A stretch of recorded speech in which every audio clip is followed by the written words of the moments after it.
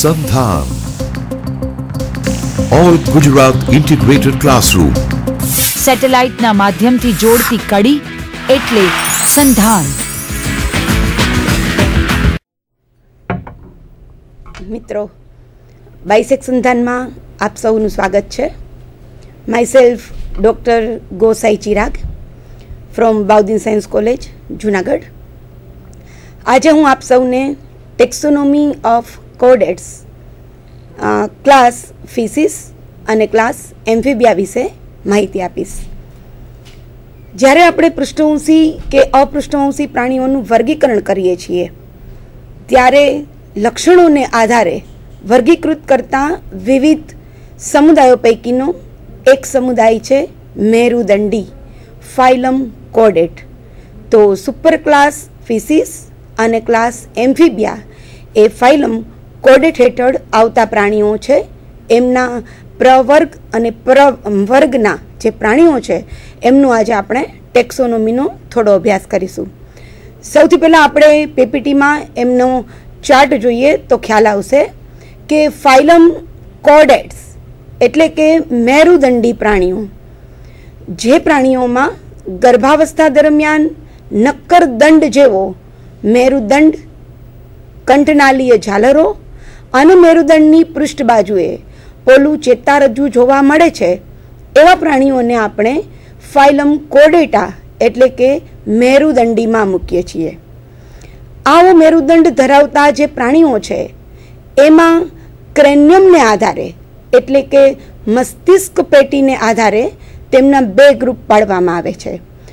જો આ પ્રાણીમાં ક્રેનિયમની ગેરહાજરી હોય, એ મીન્સ નથી, અને ક્રેનિયમ એટલે મસ્તક પેટી, જે પ્રાણીઓમાં મસ્તક પેટી જોવા મળતી નથી એવા પ્રાણીઓને આપણે મૂકીએ છીએ ફાઇલમ કોર્ડેટા હેઠળ મસ્તક વિહીન પ્રાણીઓમાં. આવા પ્રાણીઓમાં મેરુદંડનું સ્થાન શરીરમાં કઈ જગ્યાએ ગોઠવાયેલું છે એને અનુસંધાને એમના 3 ઉપસમુદાય હેમિકોર્ડેટા, યુરોકોર્ડેટા અને સિફેલોકોર્ડેટા પડે છે. હવે પછીની સ્લાઇડમાં આપ જોઈ શકો છો, આપની ડાબી બાજુએ સાલ્પા, ડોલિયોલમ, બાલાનોગ્લોસસ, એમ્ફિઓક્સસ અને એસિડિયા જેવા પ્રાણીઓ છે. તે બધામાં મેરુદંડની હાજરી છે, પરંતુ તેમાં શીર્ષ, મગજ અને મસ્તક પેટી હોતી નથી. આથી આવા પ્રાણીઓને આપણે મૂકીએ છીએ ફાઇલમ કોર્ડેટા હેઠળ ગ્રુપ એ ક્રેનિયેટા મસ્તક વિહીન પ્રાણીઓમાં. જ્યારે જમણી બાજુ આપ જોઈ રહ્યા છો ફ્રોગ, સ્નેક, સ્કોલિયોડોન, પીકોક અને કેટ. આ બધા પ્રાણીઓમાં આપણે બહારથી જ સ્પષ્ટ જોઈ શકીએ છીએ કે શીર્ષની રચના છે. જે પ્રાણીઓમાં આવું શીર્ષ આવેલું હોય છે એવા પ્રાણીઓમાં શીર્ષ, મગજ અને મસ્તક પેટીની હાજરી છે. એટલે એવા પ્રાણીઓને આપણે મૂકીએ છીએ ફાઇલમ કોર્ડેટા હેઠળ ગ્રુપ ક્રેનિયેટામાં.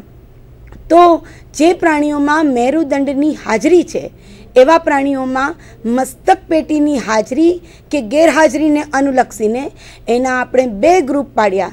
હવે પછીની સ્લાઇડમાં આપ જુઓ તો જે પ્રાણીઓ ક્રેનિયેટાના છે એટલે કે જે પ્રાણીઓ શીર્ષ, મગજ અને મસ્તક પેટી ધરાવે છે એવા પ્રાણીઓમાં જો મેરુદંડનું રૂપાંતરણ કશેરુકાઓ યુક્ત કરોડ સ્તંભમાં થાય તો એવા ફાઇલમ કોર્ડેટના ક્રેનિયેટાના પ્રાણીઓને આપણે મૂકીએ છીએ સબ ફાઇલમ વર્ટિબ્રેટા એટલે કે ઉપસમુદાય પૃષ્ઠવંશી. જે પ્રાણીઓમાં કરોડ સ્તંભની હાજરી છે એવા પ્રાણીઓમાં જો જડબા અને યુગ્મ ઉપાંગોની હાજરી અથવા ગેરહાજરી હોય તો એને અનુલક્ષીને ઉપસમુદાય પૃષ્ઠવંશીને 2 વિભાગ એગ્નેથા અને જ્ઞાથોસ્ટોમેટામાં વિભાજિત કરવામાં આવે છે. આ સ્લાઇડમાં આપ જોઈ રહ્યા છો એગ્નેથાના પ્રાણીઓ.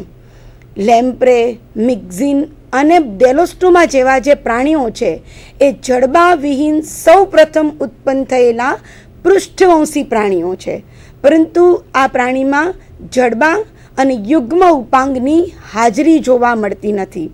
એટલે એ મીન્સ નથી અને જ્ઞાથો મીન્સ જડબા, એટલે કે જે પ્રાણીઓમાં જડબા અને યુગ્મ ઉપાંગોની હાજરી નથી એવા પ્રાણીઓને આપણે મૂકીએ છીએ જડબા વિહીન એ જ્ઞેથામાં. આવા પ્રાણીઓ ઇન્ડોપેરેસાઇટિક અથવા તો એક્ટોપેરેસાઇટિક છે.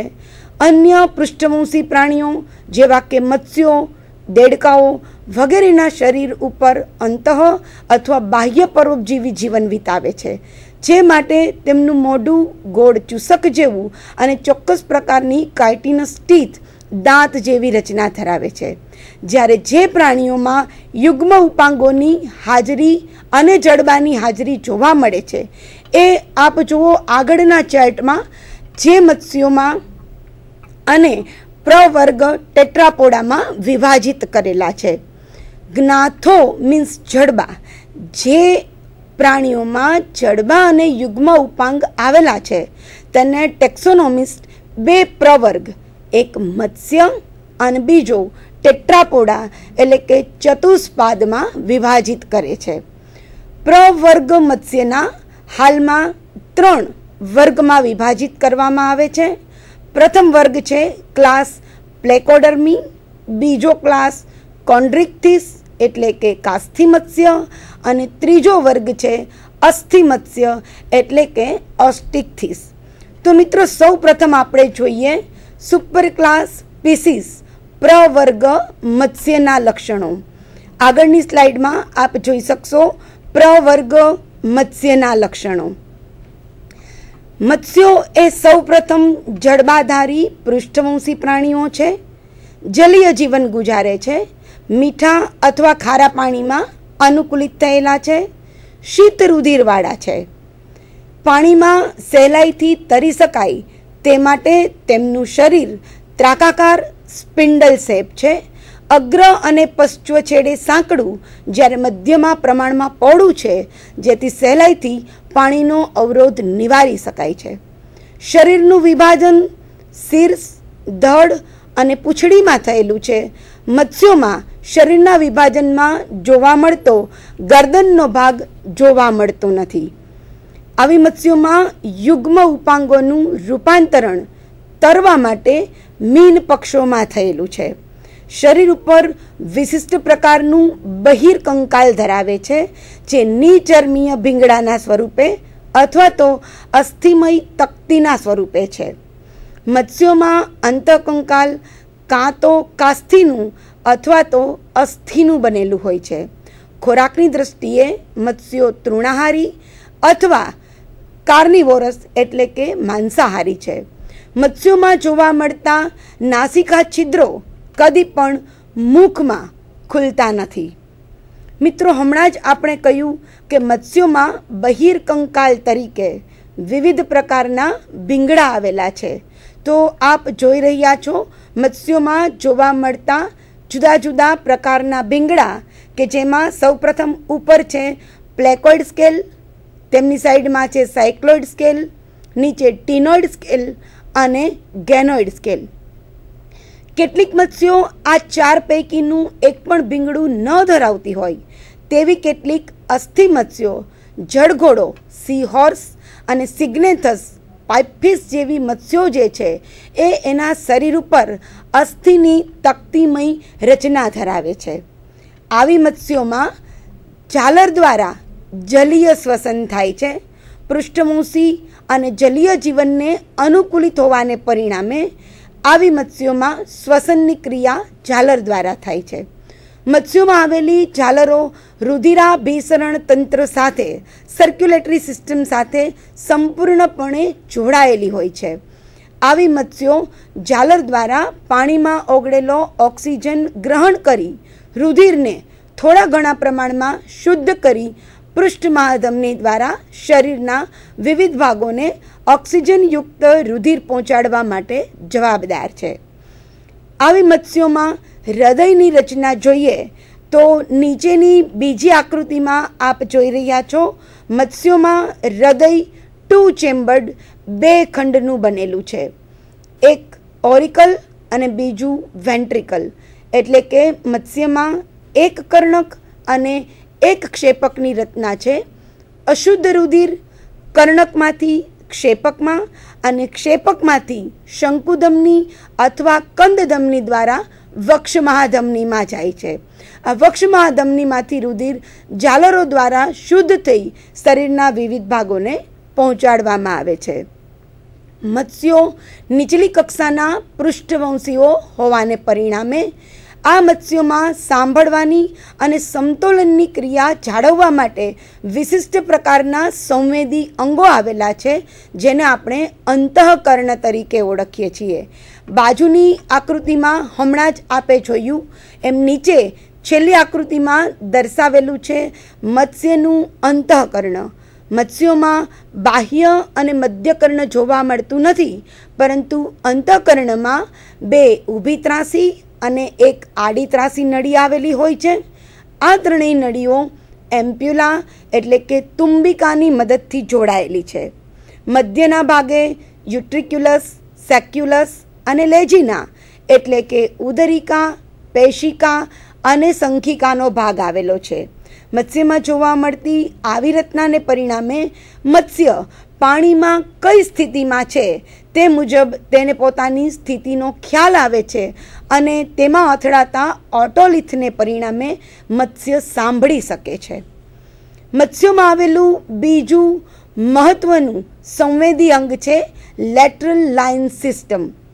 ઉપરની આકૃતિમાં જ્યાં સંપૂર્ણ મત્સ્ય દર્શાવેલી છે તેમાં બરાબર વચ્ચે પસાર થતી લેટરલ લાઇન સિસ્ટમ એટલે કે પાર્શ્વીય સંવેદી અંગ એ મત્સ્યોમાં જોવા મળતું મહત્વનું સંવેદી અંગ છે, જેને પરિણામે તેમાં આવેલા ન્યુરોમાસ્ટ પ્રકારના સંવેદી કોષો તેમની સાથે જોડાયેલા હોવાથી મત્સ્યોમાં તે મહત્વના સંવેદી અંગ તરીકે કાર્ય કરે છે.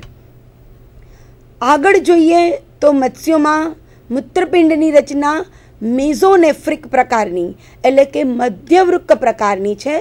આવા મૂત્રપિંડની રચનાને પરિણામે મત્સ્યો ઉત્સર્ગ દ્રવ્ય તરીકે યુરિયા શરીરમાંથી નિકાલ કરે છે. આવા યુરિયાનો નિકાલ કરતા હોવાથી મત્સ્યો ઉત્સર્જનની દ્રષ્ટિએ યુરિયોટેલિક પ્રકારની છે. મત્સ્યો રચનાની દ્રષ્ટિએ લિંગ ભેદ દર્શાવે છે, એટલે કે એક લિંગી છે. જનન વાહિનીઓ કેટલીક મત્સ્યોમાં અવસારણીમાં, જ્યારે કેટલીક મત્સ્યોમાં તે સ્વતંત્ર રીતે શરીરની બહાર ખુલે છે. આવી મત્સ્યોમાં ફલનની ક્રિયા અંતઃફલન શરીરની અંદર અથવા કેટલાકમાં શરીરની બહાર પાણીમાં થતી જોવા મળે. કેટલીક મત્સ્યો અંડપ્રસવી છે, ઓવિપેરસ છે, જ્યારે કેટલીક મત્સ્યો ઓવોવિવિપેરસ એટલે કે અપત્ય પ્રસવી છે. મિત્રો, તો આ હતા મત્સ્યોના સામાન્ય લક્ષણો. પણ અગાઉ આપણે કહ્યું તેમ મત્સ્યોમાં જે સામાન્ય લક્ષણો છે એના આપણે 3 વર્ગો તેની કેરેક્ટરિસ્ટિક પ્રમાણે પાડીએ છીએ. એ મુજબ મત્સ્યોના 3 વર્ગો છે, જેમાંનો પ્રથમ વર્ગ લુપ્ત થયેલો છે પ્લેકોડર્મી, જ્યારે જીવંત 2 વર્ગો કોન્ડ્રિક્થિસ અને ઓસ્ટિક્થિસ એટલે કે કાસ્થિ મત્સ્ય અને અસ્થિ મત્સ્ય છે.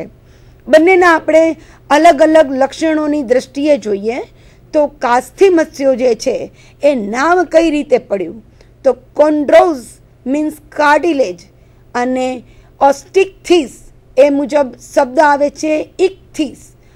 એમાં ઇક્થિસ મીન્સ ફિશ એટલે કે જે મત્સ્યોનું અંતઃકંકાલ કાસ્થિનું બનેલું છે તેવી મત્સ્યોને કોન્ડ્રિક્થિસ એટલે કે કાસ્થિ મત્સ્યોમાં મૂકવામાં આવે છે, જેમ કે બધી શાર્ક, રેફિશ, સ્કેટ્સ વગેરેનો સમાવેશ કોન્ડ્રિક્થિસમાં.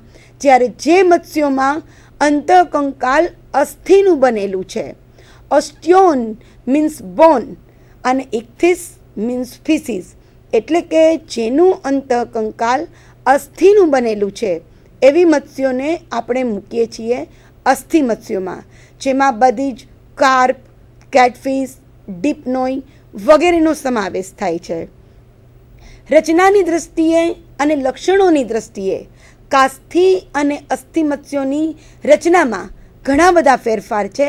જેમ કે હેબિટેટની દ્રષ્ટિએ જોઈએ તો કાસ્થિ મત્સ્યો સંપૂર્ણપણે સમુદ્રવાસી છે, ખારા પાણીમાં રહે છે, જ્યારે અસ્થિ મત્સ્યો મીઠા પાણીમાં અથવા ખારા પાણીમાં બંને જગ્યાએ જોવા મળે છે.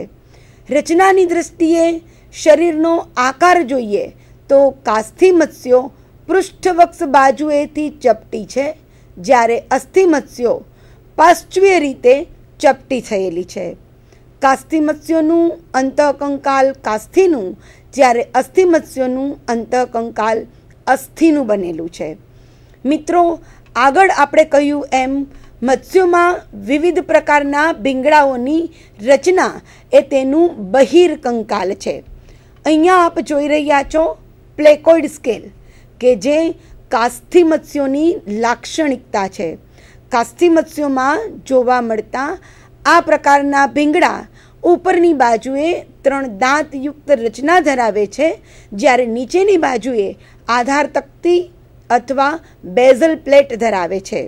આવી આધાર તકતીમાં મજ્જા ગુહા આવેલી હોય છે, જેના મદદથી ભીંગડાને પોષણ મળી રહે છે. આ પ્રકારના ભીંગડા કાસ્થિ મત્સ્યોના શરીર પર અગ્રથી પશ્ચિમ તરફ ગોઠવાયેલા હોય છે. એટલે આપણે જ્યારે મત્સ્યના શરીર પર અગ્રથી પશ્ચિમ તરફ હાથ ફેરવીએ છીએ ત્યારે મત્સ્યનું શરીર લીસું, જ્યારે પશ્ચિમથી અગ્ર તરફ હાથ ફેરવીએ છીએ ત્યારે મત્સ્યનું શરીર ખરબચડું લાગે છે, કારણ કે ત્રિઅરીય કંટકોની રચના એ અગ્રથી પશ્ચિમ છેડા તરફ ગોઠવાયેલી જોવા મળે છે. મિત્રો, અસ્થિ મત્સ્યમાં વિવિધ પ્રકારના ભીંગડાઓ જોવા મળે છે, જેમ કે સાયક્લોઇડ, ટીનોઇડ, ગોનોઇડ અને રોમ્બોઇડ. જ્યારે કેટલીક મત્સ્યો આવા ભીંગડાને બદલે અસ્થિની તકતીઓ ધરાવે છે. તો ચાલો આપણે જોઈએ અસ્થિ મત્સ્યોમાં જોવા મળતા વિવિધ પ્રકારના ભીંગડાઓ. આપ જોઈ રહ્યા છો સાયક્લોઇડ સ્કેલ. આ પ્રકારના ભીંગડા ગોળ અથવા લંબગોળ એકબીજા પર ઓવરલેપ થયેલા જોવા મળે છે. આ ભીંગડામાં કેન્દ્ર ભાગથી પરિઘ તરફ જતા જઈએ તેમ તેમ પ્રમાણમાં પાતળી રચના જોવા મળે છે. આવા ભીંગડામાં કેન્દ્ર ભાગથી દરેક તરફ સમકેન્દ્રિત રીતે ગોઠવાયેલા વૃદ્ધિ વલયો જોવા મળે છે. આ વૃદ્ધિ વલયોની સંખ્યા પરથી મત્સ્યની ઉંમર નક્કી કરી શકાય છે. આવા પ્રકારના સાયક્લોઇડ સ્કેલ એ ડિપ્નોય જેવી મત્સ્યની લાક્ષણિકતા છે. ડિપ્નોય એ ઉચ્ચ કક્ષાની અસ્થિ મત્સ્યો છે, જેમાં આ પ્રકારના ભીંગડા જોવા મળે છે. જ્યારે સાયક્લોઇડ ભીંગડાથી સહેજ જુદી રચના ધરાવતું ટીનોઇડ સ્કેલ એ પર્ચ જેવી બધી જ કેટફિશ, પર્ચ વગેરે જેવી મત્સ્યોમાં જોવા મળે છે. સામાન્ય રીતે ટીનોઇડ સ્કેલની રચના એ સાયક્લોઇડ સ્કેલ જેવી જ છે, પરંતુ નીચેની બાજુએ આ પ્રકારના ભીંગડા સૂક્ષ્મ દાંત અથવા તો ટીનીની રચના ધરાવે છે, જે નીચર્મમાં ખૂંપેલા જોવા મળે છે. આવા ટીનોઇડ સ્કેલ એ ઉચ્ચ કક્ષાની અસ્થિ મત્સ્યો, ટીલિયોસ્ટ મત્સ્યોમાં પર્ચ જેવી મત્સ્યોની લાક્ષણિકતા છે. જ્યારે હવે આપ જોઈ રહ્યા છો એકબીજાની આસપાસ એકદમ ફિક્સ રીતે ગોઠવાયેલા રોમ્બોઇડ અથવા ગેનોઇડ સ્કેલ. આવા પ્રકારના ભીંગડા એ અસ્થિ મત્સ્યોમાં એસિપેન્સર વગેરે જેવી મત્સ્યોમાં જોવા મળતા વિશિષ્ટ પ્રકારના ભીંગડા છે, કે જે મત્સ્યોને અસ્થિમય બખ્તર પૂરું પાડે છે. આ ઉપરાંત કેટલીક મત્સ્યોમાં ચોક્કસ પ્રકારના ભીંગડાઓની હાજરી જોવા મળતી નથી. કેટલીક પાઇપફિશ અને જળઘોડો જેવી મત્સ્યો અસ્થિ મત્સ્યોમાં જોવા મળતા સાયક્લોઇડ, ટીનોઇડ કે ગોનોઇડ કોઈપણ પ્રકારના ભીંગડા ન દર્શાવતા આપ જોઈ રહ્યા છો એમ જળઘોડો સી હોર્સના શરીર પર આ રીતે અસ્થિમય તકતીઓની રચના જોવા મળે છે. તો મિત્રો, પ્લેકોઇડ સ્કેલ એ કાસ્થિ મત્સ્યોની લાક્ષણિકતા છે, જ્યારે સાયક્લોઇડ, ટીનોઇડ, કોનોઇડ અથવા તો રોમ્બોઇડ વગેરે પ્રકારના ભીંગડા એ અસ્થિ મત્સ્યની લાક્ષણિકતા છે. આમ કાસ્થિ અને અસ્થિ બંને મત્સ્યોમાં અંતઃકંકાલ, તેમની ઝાલરો, તેમની શરીરની રચના, બહિર્કંકાલ વગેરે લક્ષણોમાં અનેક રીતે ભિન્નતા જોવા મળે છે. તો મિત્રો, હવે આગળ જોઈએ કાસ્થિ અને અસ્થિમત્સ્યોમાં લક્ષણોની દ્રષ્ટિએ પાચન તંત્રમાં એમના વિવિધ અંગોમાં મુખ, મુખગુહા, કંઠનળી, અન્નનળી, જઠર, આંતરડું, સ્ક્રોલ વાલ અને રેક્ટિલ ગ્લેન્ડ વગેરેમાં કાસ્થિ અને અસ્થિમત્સ્યોમાં કેવા કેવા તફાવત જોવા મળે છે. તો સૌ પ્રથમ જોઈએ આ પ્રકારની જે કાસ્થિ અને અસ્થિમત્સ્યો છે એમાં કાસ્થિમત્સ્યોમાં ઝાલરો આપ નીચે જોઈ રહ્યા છો. સ્કોલિયોડોન નામની મત્સ્ય કે જે કોન્ડ્રિકથિસ છે કાસ્થિ મત્સ્ય છે, જ્યારે આ તરફ જમણી બાજુએ લેબિયો કે જે ઓસ્ટિકથિસ છે અસ્થિ મત્સ્ય છે. તો મિત્રો, લક્ષણોની દ્રષ્ટિએ કાસ્થિ મત્સ્યોમાં પેક્ટોરલ ફિનની આગળની બાજુએ 5 જોડ ખુલ્લા પ્રકારની ઝાલરો છે. એટલે કે કાસ્થિ મત્સ્યોમાં 5 જોડ ઝાલરો ખુલ્લા પ્રકારની અને ઝાલરો પર કોઈ પણ પ્રકારનું ઢાંકણ હોતું નથી. એટલે કે અપરક્યુલમ ઝાલર ઢાંકણ ગેરહાજર હોય છે.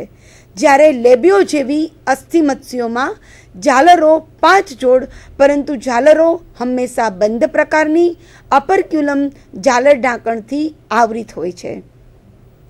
ત્યાર પછી આ બંને મત્સ્યોમાં સહેજ પાછળની તરફ તેમના પુચ્છમીન પક્ષ પર નજર કરશો તો ખ્યાલ આવશે કે સ્કોલિયોડોન જેવી કાસ્થિ મત્સ્યમાં તેનો પુચ્છમીન પક્ષ જે છે એ અસમપાલી અથવા વિષમપાલી પ્રકારનો છે. ઉપરનો ખંડ મોટો, જ્યારે નીચેનો ખંડ નાનો છે અને અપર લોબમાં જ વર્ટિબ્રલ કોલમનો ભાગ પ્રસરેલો હોય છે.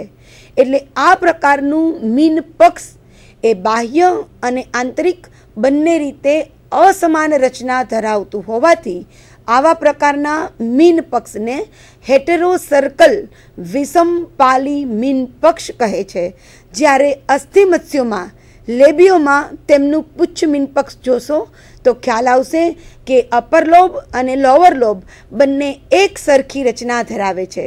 એટલે એમાં આવેલું મીન પક્ષ એ હોમો સર્કલ પ્રકારનું છે. ડિપ્નોય જેવી અસ્થિ મત્સ્યોમાં પુચ્છમીન પક્ષની રચના ડીફી સર્કલ પ્રકારની છે.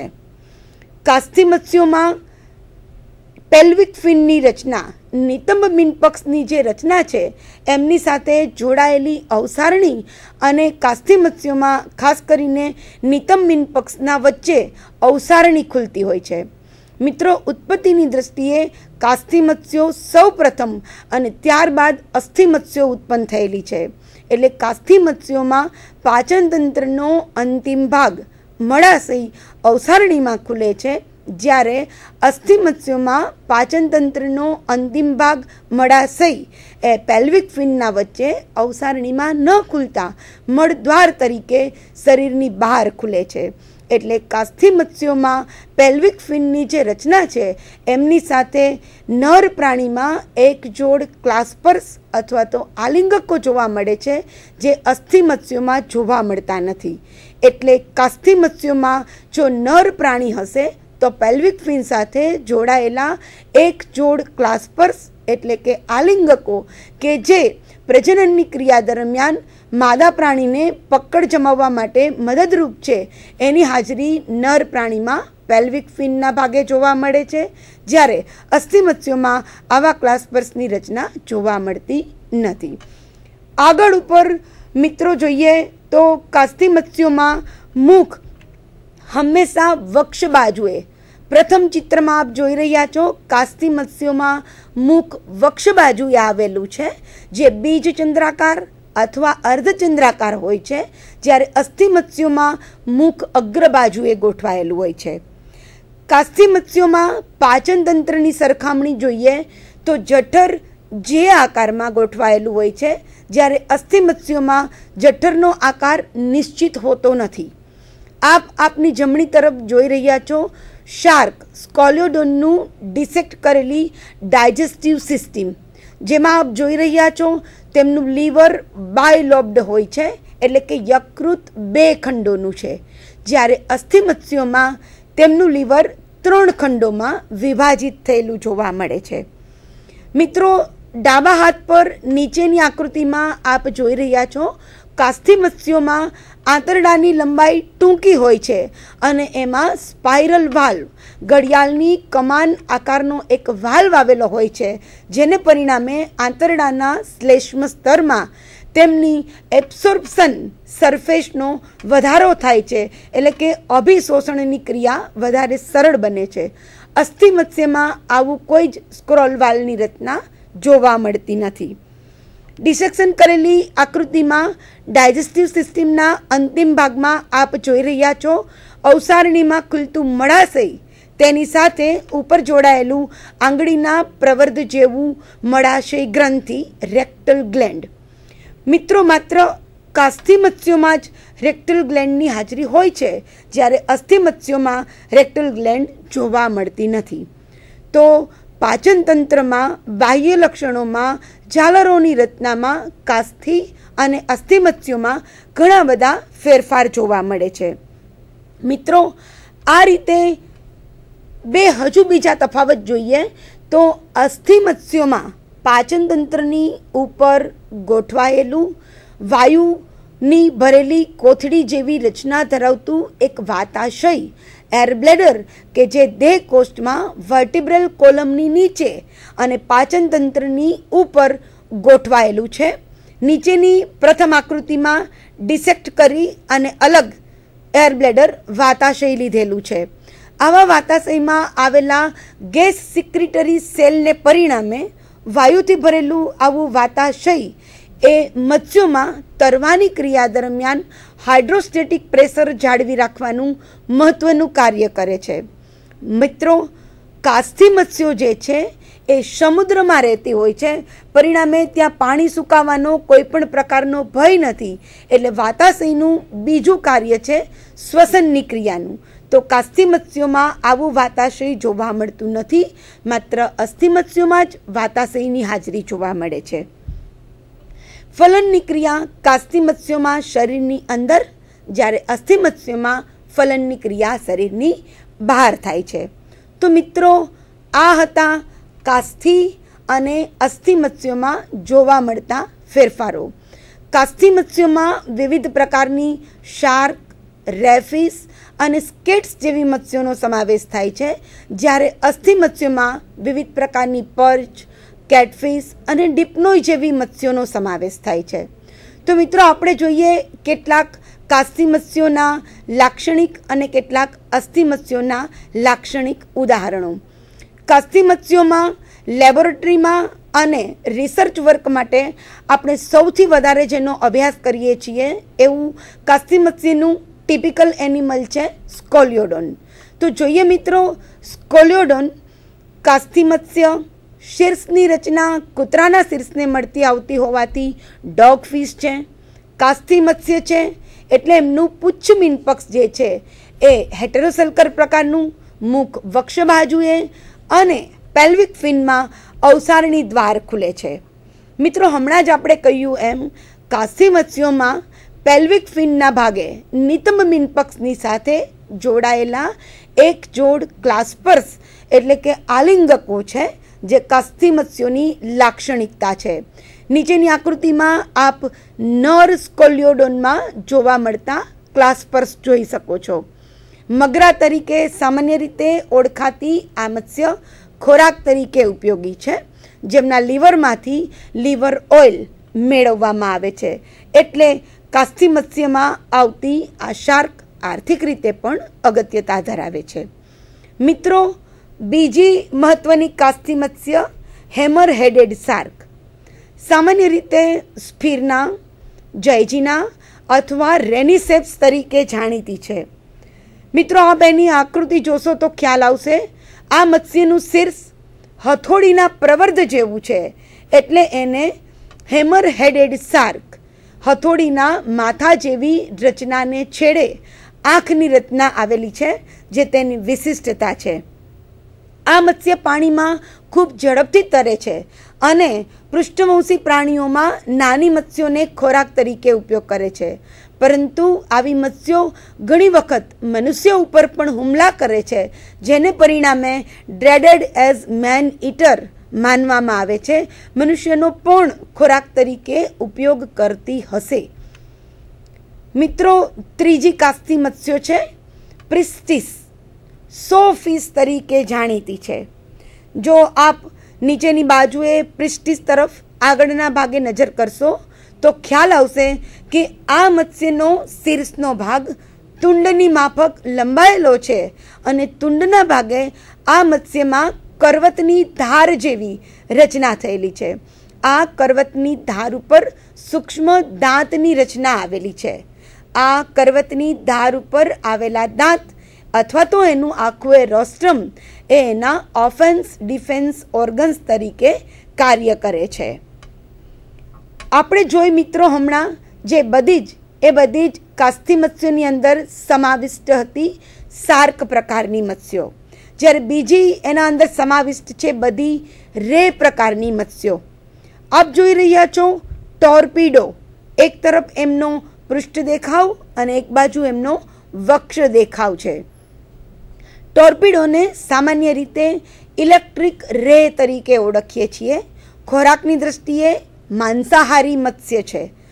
આ મત્સ્યમાં શીર્ષ અને સ્કંદ મીનપક્ષના વચ્ચેના ભાગે કિડની શેપના એક જોડ વિદ્યુત અંગો આવેલા છે. આ વિદ્યુત અંગોમાં વિશિષ્ટ પ્રકારના હેક્ઝાગોનલ સેલ્સ આવેલા છે, જેમાંથી 50 થી 60 વોલ્ટ જેટલો ઇલેક્ટ્રિક કરંટ વિદ્યુત પ્રવાહ પસાર થાય છે, જે તેના ઓફેન્સ ડિફેન્સ ઓર્ગન તરીકે કાર્ય કરે છે. આપ જોઈ રહ્યા છો ટ્રાઇગોન નામની રે ફિશ. એમનું સામાન્ય નામ છે સ્ટિંગ રે. સામાન્ય રીતે આ મત્સ્યમાં જોવા મળતો પુચ્છ મીનપક્ષ એ દોરી જેવી સ્ટિંગ જેવી રચના ધરાવતો હોવાથી આપણે ઓળખીએ છીએ સ્ટિંગ રે તરીકે.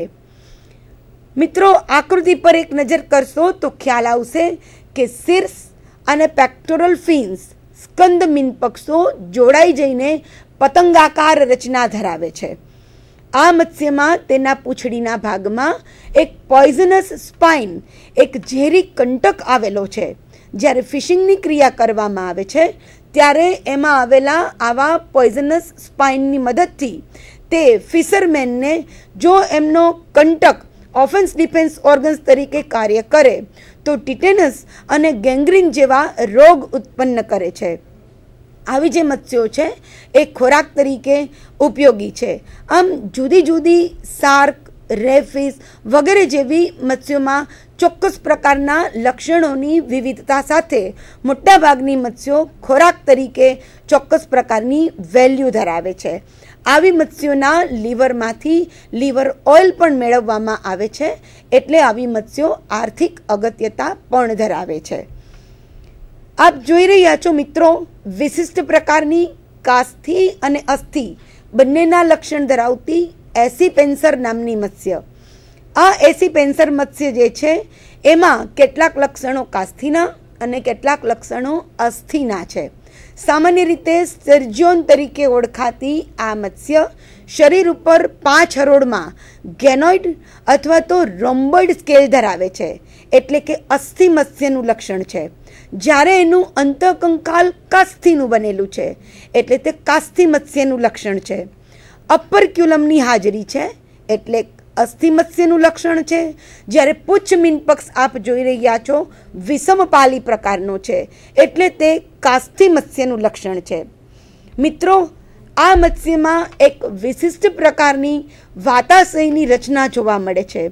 આ વાતાશયમાંથી ઇસિંગ ગ્લાસ મેળવવામાં આવે છે, જે ઇસિંગ ગ્લાસનો ઉપયોગ દારૂ અને બિયરના શુદ્ધિકરણ માટે કરવામાં આવે છે. એટલે એસીપેન્સર અથવા સ્ટર્જિયોન એ રીતે આર્થિક અગત્યતા ધરાવે છે. આપ જોઈ રહ્યા છો અસ્થિ મત્સ્યમાં હિપ્પોકેમ્પસ જળઘોડો. તેનું શીર્ષ ઘોડા જેવું હોવાને પરિણામે જળઘોડો તરીકે જાણીતી છે. શરીર પર અસ્થિની તકતીઓ ધરાવે છે.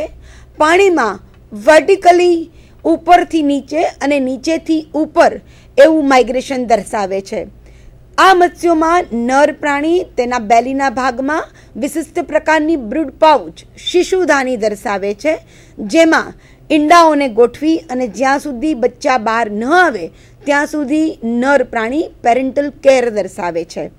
આ પ્રાણીઓમાં કોડલ ફિનની રચના ન હોતા પૂંછડી પ્રીહેન્સિવ એટલે કે નીચેની બાજુએથી પરિગ્રાહી વળી શકે એવા પ્રકારની છે. એંગ્યુલા નામની ઈલ નામની આ મત્સ્ય એ અસ્થિ મત્સ્યની લાક્ષણિકતા છે. તેમાં ડોર્સલ ફિન, એનલ ફિન અને કોડલ ફિન એકબીજાની સાથે જોડાઈ જઈ અને સળંગ રચના ધરાવે છે. મિત્રો, આ મત્સ્ય માઇગ્રેશનની દ્રષ્ટિએ ખૂબ અગત્યતા ધરાવે છે. મીઠા પાણીમાંથી ખારા પાણીમાં માઇગ્રેશન કરી અને ત્યાં પ્રજનનની ક્રિયા પૂર્ણ કરી નર અને માદા પ્રાણી મૃત્યુ પામે છે. જ્યારે ઈંડામાંથી બહાર આવતા બચ્ચાઓ 2 થી 3 વર્ષ દરમિયાન લેપ્ટોસિફિલસ લાર્વા તરીકે વિકાસ પામી અને માતા પિતાની ગેરહાજરીમાં જે રસ્તે તેમના માતા પિતાએ માઇગ્રેશન કર્યું હોય એ જ રસ્તેથી પાછા વળે છે. એટલે એંગ્યુલા વલ્ગારિસ જેવી ઈલ જેવી આ મત્સ્યો કેટાડ્રોમસ માઇગ્રેશનનું ઉત્તમ ઉદાહરણ પૂરું પાડે છે. મિત્રો, નીચેની ડીશ જોઈને મોઢામાં આપણને સૌને પાણી આવી ગયું હશે. આપ જે જોઈ રહ્યા છો તે છે પોમ્ફ્રેટ. સામાન્ય રીતે પાપલેટ તરીકે ઓળખાતી આ મત્સ્ય અસ્થિ મત્સ્યોના લક્ષણો દર્શાવે છે. વિવિધ જીનસ સ્પીસીસ ધરાવતી આ મત્સ્યો સિલ્વર પોમ્ફ્રેટ, બ્લેક પોમ્ફ્રેટ અને ચાઇનીઝ પોમ્ફ્રેટ તરીકે જાણીતી છે.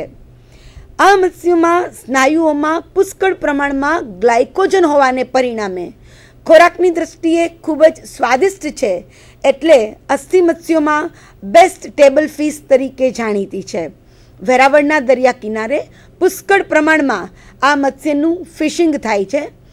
વેરાવળ, સૌરાષ્ટ્ર અને ગુજરાતમાંથી આપણે પરદેશમાં આ મત્સ્યની પુષ્કળ પ્રમાણમાં નિકાસ કરીએ છીએ.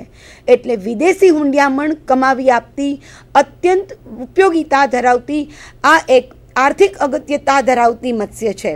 વિવિધ પ્રકારની મત્સ્યો ખોરાક તરીકે ઉપયોગી છે, પરંતુ પામ્ફ્રેટ જેવી જે મત્સ્યો છે એમના મસલ્સમાં ગ્લાયકોજનનું પ્રમાણ ખૂબ વધારે હોવાને પરિણામે અન્ય મત્સ્યોની સરખામણીએ તે પ્રમાણમાં વધારે ટેસ્ટી છે. સામાન્ય રીતે અનેક મત્સ્યોની આપણે વિદેશમાં નિકાસ કરીએ છીએ, એમ છતાં પણ પાપલેટ જેવી મત્સ્યો અને કેટલાક સ્તરકવચી પ્રાણીઓ સૌથી વધુ વિદેશી હુંડિયામણ કમાવી આપતા આર્થિક અગત્યતા ધરાવતા પ્રાણીઓ છે. બીજી અગત્યની મત્સ્ય જોઈએ તો ક્લેરિયસ, એનાબાસ, સેક્કોબ્રાન્ચસ વગેરે જેવી મત્સ્યો કેટફિશ છે. મુખની આસપાસ સૂત્રાંગોની રચના ધરાવે છે. આવી મત્સ્યો મીઠા પાણીમાંથી એક જળાશયમાંથી બીજા જળાશયમાં જમીન પર થઈને માઇગ્રેટ થાય છે. એટલે આવી મત્સ્યો જમીન ઉપર એસેસરી રેસ્પિરેટરી ઓર્ગનની મદદથી શ્વસન કરી શકે છે. આ મત્સ્ય ખોરાક તરીકે પણ અગત્યતા ધરાવે છે. એક્ઝોસિટસ એ ઉડતી મત્સ્ય છે. સ્કંદમીન પક્ષની મદદથી એમાં આવેલા ફિન રેઇઝની મદદથી આ મત્સ્ય પાણીમાં 400 મીટર જેટલું ગ્લાઇડિંગ કરી શકે છે. ખોરાક તરીકે પણ ઉપયોગી છે. આપ જોઈ રહ્યા છો એક વિશિષ્ટ પ્રકારની ફિશ ઓફિયોસિફેલસ, જેનું શીર્ષ સાપના શીર્ષ જેવું હોવાથી તેને સર્પ શીર્ષી કહે છે. આ મત્સ્યમાં પણ વિશિષ્ટ પ્રકારના એસેસરી રેસ્પિરેટરી ઓર્ગન્સ આવેલા છે. એટલે આવી મત્સ્યો જમીન પર પણ શ્વસન કરી શકે છે. હમણાં જ આપણે ટેસ્ટની વાત કરી તો મિત્રો, આ મત્સ્યની ખાસિયતને પરિણામે કિલોગ્રામ દીઠ આ મત્સ્યનો ભાવ ઘણો ઓછો હોવાને પરિણામે ગરીબ લોકો ખોરાક તરીકે જે નોનવેજનો ઉપયોગ કરે છે તેના માટે ગરીબ લોકો માટે ખોરાક તરીકે ઓફિયોસિફેલસ ઘણી મહત્વની છે. ડિપ્નોય જેવી મત્સ્યો ડાય મીન્સ ટુ અને પ્નોય મીન્સ બ્રેધિંગ 2 પ્રકારે શ્વસન કરે છે. પ્રોટોપ્ટેરસ, લેપિડોસાયરીન અને નિયોસેરેટોડસ એ આફ્રિકા, અમેરિકા અને ઓસ્ટ્રેલિયામાંથી મળી આવે છે. એટલે ઝૂઝિયોગ્રાફિક ડિસ્ટ્રીબ્યુશન ધરાવે છે. આપ જોઈ રહ્યા છો પ્રોટોપ્ટેરસ, લેપિડોસાયરીન અને નિયોસેરેટોડસ. અન્ય મત્સ્યોની સરખામણીએ આ મત્સ્યનું શરીર નળાકાર અને આપ જોઈ રહ્યા છો તેમ તેના ઉપાંગોની રચના દોરી જેવી હોય છે. આવી મત્સ્યો કાસ્થી અસ્થિ પોતાના કેટલાક વિશિષ્ટ અને ઉભયજીવીઓ સાથે સામ્યતા ધરાવે છે, એટલે ઉત્ક્રાંતિના ક્રમમાં કાસ્થી અસ્થિ કરતાં એક સ્ટેપ ચડિયાતી અને ઉભયજીવીના નજીકના લક્ષણો ધરાવતી છે. આવી મત્સ્યોના શરીર ઉપર ચોક્કસ પ્રકારના સાયક્લોઇડ સ્કેલ આવેલા હોય છે. ઉભયજીવીની માફક જડબાનું સ્વતોલગ્ન પ્રકારનું અવલંબન ધરાવે છે અને તેનું વાતાશય ઉચ્ચ કક્ષાના પૃષ્ઠવંશી પ્રાણીઓના ફેફસાની માફક વિકાસ પામેલું છે. મિત્રો, તો આપણે જોયું મત્સ્યોમાં કાસ્થી અને અસ્થિ મત્સ્યોના લક્ષણો. જ્યારે જ્ઞાથોસ્ટોમેટાનો બીજો પ્રવર્ગ છે ટેટ્રાપોડા, જેને 4 ઉપાંગો એટલે કે 2 જોડ ઉપાંગોની રચના છે. આવા ટેટ્રાપોડાના પ્રાણીઓમાં 4 વર્ગનો સમાવેશ થાય છે: ઉભયજીવી, સરીસૃપ, વિહંગ અને સસ્તન. તો મિત્રો, આજે આપણે માત્ર ઉભયજીવીના લક્ષણો અને તેમનું વર્ગીકરણ જોઈશું. ક્લાસ એમ્ફીબિયા. એમ્ફી મીન્સ ડ્યુઅલ અને બાયોસ મીન્સ લાઈફ, એટલે કે જે પ્રાણીઓ પાણી અને જમીન બંને જગ્યાએ રહેવા માટે અનુકૂલિત થયેલા છે. યુગ્મ ઉપાંગોની રચના છે. ઉનાળામાં ગ્રીષ્મ નિંદ્રા અને શિયાળામાં શીત નિંદ્રા ધરાવે છે. સામાન્ય રીતે શીત રુધિરવાળા આ પ્રાણીઓ છે. આ પ્રાણીઓમાં કદી પણ બાહ્ય કંકાલ જોવા મળતું નથી. અંતઃકંકાલની રચના અસ્થિની બનેલી છે. ચામડી ભીની અને ગ્રંથિમય છે. આવા પ્રાણીઓ મત્સ્યો કરતાં એક સ્ટેપ આગળ હોવાથી હૃદયની રચના દ્વિખંડીયને બદલે ત્રિખંડીય છે. કર્ણકમાં ઇન્ટર ઓરિક્યુલર સેપ્ટમ ઉત્પન્ન થવાને પરિણામે જમણું અને ડાબું કર્ણક અને ક્ષેપક અવિભાજિત એમ હૃદય ત્રિખંડીય જોવા મળે છે. હંમેશા ઉભયજીવીઓમાં નસકોરાના છિદ્ર અંતઃનસકોરા રૂપે મુખ ગુહામાં ખુલે છે. આવા મત્સ્યમાં કરતાં એક સ્ટેપ આગળ હોવાથી તેમાં કર્ણપટલની રચના જોવા મળે છે. સૌ પ્રથમ જમીન ઉપર શ્વસન કરનારા, ફેફસાની મદદથી શ્વસન કરનારા પ્રથમ પૃષ્ઠવંશી પ્રાણીઓ છે, જે તેની ડિંબાવસ્થામાં ઝાલરની મદદથી શ્વસન કરે છે. જીભ પોટ્રુસિબલ, ખેંચી શકાય તેવી અને પાચન તંત્રનો અંતિમ ભાગ હંમેશા અવસારણીમાં ખુલે છે. તો મિત્રો, અવસારણીની હાજરી એ ઉભયજીવી વર્ગની પણ લાક્ષણિકતા અથવા ખાસિયત છે. આ પ્રાણીઓ પણ મિઝોનેફ્રિક પ્રકારના મૂત્રપિંડો અને યુરિયાને ઉત્સર્ગ દ્રવ્ય તરીકે નિકાલ કરે છે. 10 જોડ મસ્તિષ્ક ચેતાઓ અને ખોપરી ડાયકોન્ડાઇલસ છે. 2 ઓસિપિટલ કોન્ડાઇલ, 2 પશ્ચ કપાલી કંદુક ધરાવે છે. નર અને માદા પ્રાણી જુદા છે. લિંગ ભેદ દર્શાવે છે. મિત્રો, ઉભયજીવીના પ્રાણીઓમાં કદી પણ કપ્યુલેટરી ઓર્ગન્સ સંભોગી અંગ જોવા મળતા નથી. આવા પ્રાણીઓ આપ જોઈ રહ્યા છો એમ માદા અંડપ્રસવી છે. જ્યારે માદા દ્વારા અંડત્યાગ થાય છે, જે પ્રથમ ચિત્રમાં કોપ્યુલેશન જોઈ રહ્યા છો તેમાં જે કાળા ટપકાવાળી રચના છે એ જીલેટિનસ સમૂહમાં ગોઠવાયેલા તેના અંડકો છે. માદા જ્યારે અંડસ્ત્રાવ કરે છે એ જ સમયે નર તેના પર શુક્રકોષનો ત્યાગ કરે છે, એટલે કે ફલનની પ્રક્રિયા બાહ્ય છે. આવા ઈંડામાંથી બહાર આવતો ડિંબ ટેડપોલ કહેવાય છે. આ ટેડપોલ વિશિષ્ટ રીતે રૂપાંતરણ પામી અગ્ર અને પશ્ચ ઉપાંગો તેમજ પુચ્છ મીનપક્ષ ગુમાવી પુખ્ત પ્રાણીમાં પરિણમે છે, એટલે કે વિકાસ પરોક્ષ પ્રકારનો મેટામોર્ફોસિસ રૂપાંતરણ દર્શાવે છે. મિત્રો, આ હતા ક્લાસ એમ્ફીબિયાના સામાન્ય લક્ષણો. આ જે હાલમાં જીવંત એમ્ફીબિયા છે એ સિવાયના એક ઉપવર્ગ સ્ટેગોસિફેલિયાના બધા જ ઉભયજીવીઓ લુપ્ત થઈ ગયેલા છે. ઉપવર્ગ સ્ટેગોસિફેલિયાના સૌપ્રથમ ઉત્પન્ન થયેલા જે પ્રાણીઓ હતા એ હમણાં આપણે જે લક્ષણો જોયા એવા પોતાના શરીર ઉપર ભીની અને ચીકણી ચામડીને બદલે ચોક્કસ પ્રકારની અસ્થિમય તકતીઓ અથવા તો ભીંગડા ધરાવતા હતા. આ ઉપરાંત તેમાં વિશિષ્ટ પ્રકારની રચના એ સમયે જીવવા માટે અનુકૂલિત ન હોવાને પરિણામે ઉપવર્ગ સ્ટેગોસિફેલિયાના પ્રાણીઓ લુપ્ત થઈ ગયેલા છે. સ્ટેગોસિફેલિયાની 3 શ્રેણીઓ હતી. લેબેરિન્થોડોન્સિયા, ફાઇલોસ્પોન્ડાઇલી અને લેપોસ્પોન્ડાઇલી. લેબેરિન્થોડોન્સિયા, ફાઇલોસ્પોન્ડાઇલી કે લેપોસ્પોન્ડાઇલીના કોઈ પણ પ્રાણીઓ હાલમાં જીવંત નથી, પરંતુ આ પ્રાણીઓમાંથી હાલમાં જે જીવંત લીસ એમ્ફીબિયાના પ્રાણીઓ છે, એટલે કે યુ એમ્ફીબિયાના હાલમાં જોવા મળતા દેડકા, ટોડ, ફ્રોગ, રેકોફોરસ, હાઇલા વગેરે જે પ્રાણીઓ છે એમની ઉત્પત્તિ સ્ટેગોસિફેલિયાના પ્રાણીમાંથી થઈ હશે એમ માનવામાં આવે છે. તો મિત્રો, સ્ટેગોસિફેલિયાના જે પ્રાણીઓ છે એમાં લેબેરિન્થોડોન્સિયાના આ પ્રાણીઓ કાર્બોનિફેરસથી ટ્રાયસિક સમય દરમિયાન જોવા મળેલા, જેમ કે ઇરિયોપ્સ. આપ જોઈ રહ્યા છો એમ તેના શરીર ઉપર અસ્થિની તકતીઓ અને લિમ્સ પેન્ટાડક્ટાઇલ હતા, એટલે કે આંગળીઓની સંખ્યા કુલ 5 હતી. બીજી એની શ્રેણી છે ફાઇલોસ્પોન્ડાઇલી, જેમાં બ્રાન્ચિયોસોરસ જેવા પ્રાણીનો સમાવેશ થાય છે, જે પ્રાણીઓ હાલમાં જીવંત નથી, પરંતુ તેમાંથી હાલમાં પૂંછડી ધરાવતા અને પૂંછડી વગરના પ્રાણીઓનો વિકાસ થયો હશે. ત્રીજી શ્રેણી છે લેપોસ્પોન્ડાઇલી, જેમાં ડિપ્લોકેલસ જેવા પ્રાણીઓનો સમાવેશ થાય છે, જેમાંથી હાલમાં ઉપાંગ વગરના પ્રાણીઓ ઉદ્ભવ્યા હશે એમ માનવામાં આવે છે. તો મિત્રો, જે પ્રાણીઓ હાલમાં જીવંત છે, લીસ એમ્ફીબિયા અથવા યુ એમ્ફીબિયા, એના પ્રાણીઓમાં એની આપણે 3 શ્રેણી પાડીએ છીએ: યુરોડેલા, એન્યુરા અને જિમ્નોફિયોના.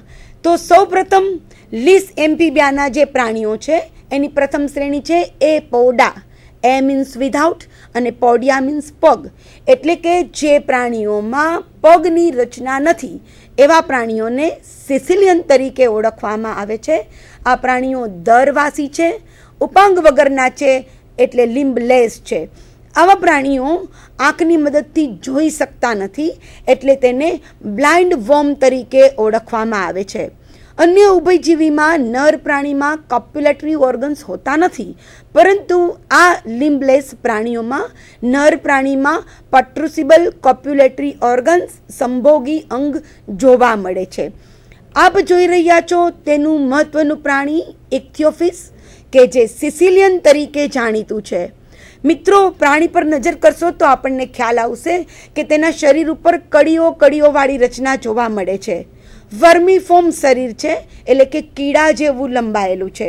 તેમાં ચોક્કસ પ્રકારના નિચર્મીય ભીંગડાઓ નિચર્મની અંદર ખૂંપેલા હોય છે. ચામડીમાં ચોક્કસ પ્રકારની સ્ક્વર્ટ ગ્લેન્ડ આવેલી હોય છે, જેમાંથી ઇરિટેટિંગ ફ્લુઇડ ઉત્પન્ન થાય છે. નર પ્રાણી ચોક્કસ પ્રકારના કોપ્યુલેટરી ઓર્ગન્સ ધરાવે છે, જ્યારે માદા પ્રાણી ઈંડામાંથી જ્યાં સુધી બચ્ચા બહાર ન આવે ત્યાં સુધી આપ ચિત્રમાં જોઈ રહ્યા છો એમ ઈંડાને ફરતે વળી જઈને તેના ફરતે કોઇલિંગ કરી અને ઈંડાને હેચ કરે છે. જ્યારે ઈંડામાંથી બચ્ચા બહાર આવે છે ત્યારે માદા પ્રાણી મુક્ત થાય છે. મિત્રો, યુ એમ્ફીબિયાની બીજી શ્રેણી છે યુરોડેલા. યુરા મીન્સ ટેલ અને ડિલોસ મીન્સ વિઝિબલ. જે પ્રાણીમાં પૂંછડીની રચના છે, એટલે કે ડિસ્ટિંક્ટ ટેલ, સ્પષ્ટ પૂંછડીની રચના છે, એવા પ્રાણીઓમાં શરીરનું વિભાજન લિઝાર્ડની જેમ, ગરોળીઓની જેમ શીર્ષ, ગરદન, ધડ અને પૂંછડીમાં થયેલું છે.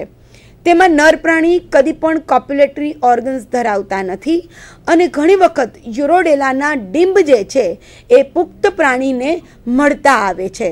આપ જોઈ રહ્યા છો યુરોડેલાના 2 પ્રાણી, પ્રોટિયસ અને નેક્ચ્યુરસ.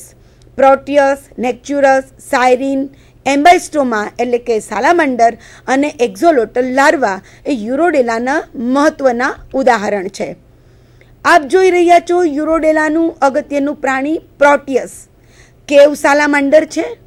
શરીરના લંબાઈની સરખામણીએ અગ્ર ઉપાંગમાં માત્ર 3 અને પશ્ચો ઉપાંગમાં 2 જ આંગળીઓ છે. આવી ઉભયજીવી પ્રાણીઓની અંદર ચોક્કસ પ્રકારની ચામડીમાં કોઈપણ પ્રકારનું પિગમેન્ટેશન જોવા મળતું નથી, એટલે કે ચામડી માત્ર સફેદ કલરની છે, જેનો લાર્વા નિયોટોની દર્શાવે છે. એટલે કે એનો લાર્વા ડિંબાવસ્થામાં જ લિંગી પ્રજનન કરવા માટે શક્તિમાન બને છે. ગળાની આસપાસ ઉપાંગની પાસે આપ જે લાલ કલરની જોઈ રહ્યા છો તે તેની 3 જોડ બાહ્ય ઝાલરો છે. મિત્રો, આવી બાહ્ય ઝાલરો એ નિયોટોનિક ફોર્મમાં જોવા મળતી તેની વિશિષ્ટ પ્રકારની રચના છે. આમ મત્સ્યો કરતાં એક સ્ટેપ આગળ વિશિષ્ટ રીતે નિયોટોની ધરાવતા આ યુરોડેલાના પ્રાણીઓ છે. આપ જોઈ રહ્યા છો હવેનું પ્રાણી નેક્ચુરસ.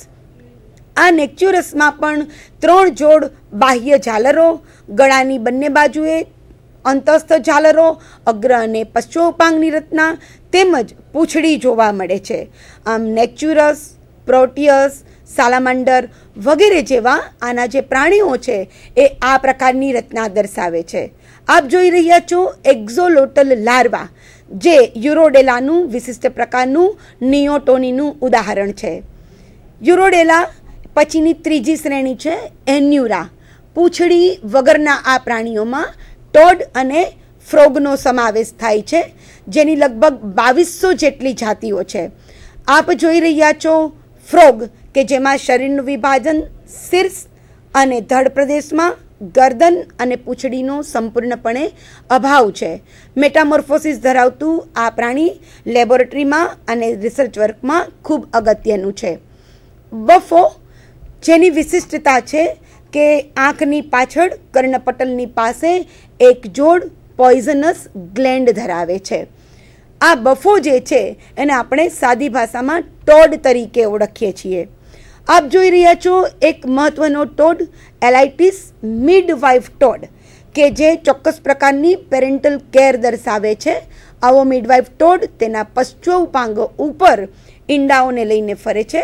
જ્યાં સુધી ઈંડામાંથી બચ્ચા બહાર ન આવે ત્યાં સુધી નર પ્રાણી બાળ સંભાળ દર્શાવે છે.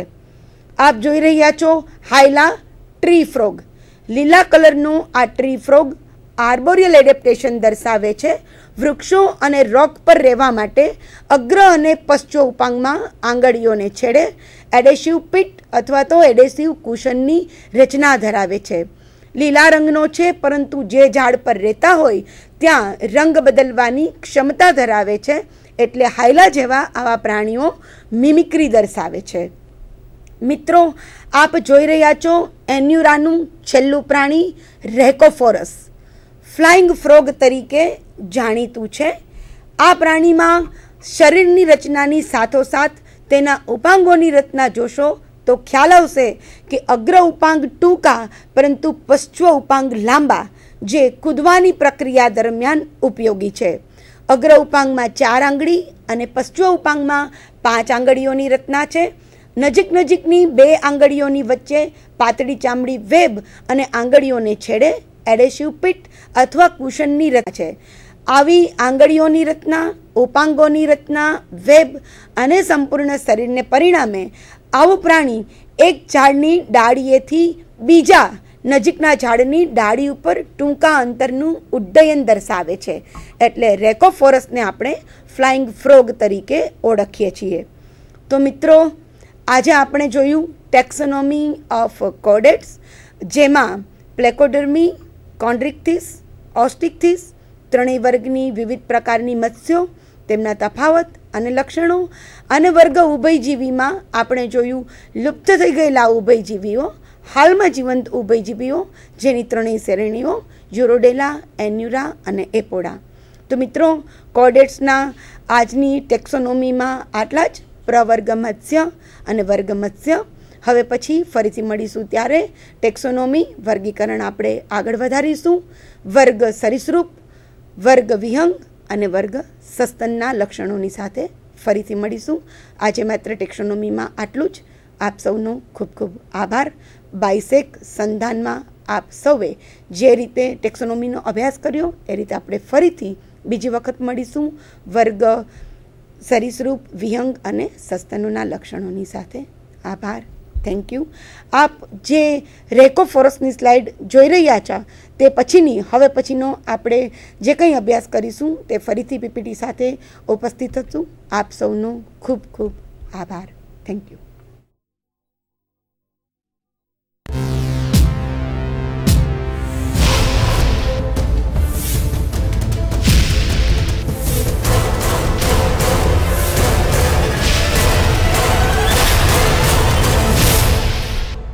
Sandhan. All Gujarat Integrated Classroom. સેટેલાઇટના માધ્યમથી જોડતી કડી એટલે સંધાન.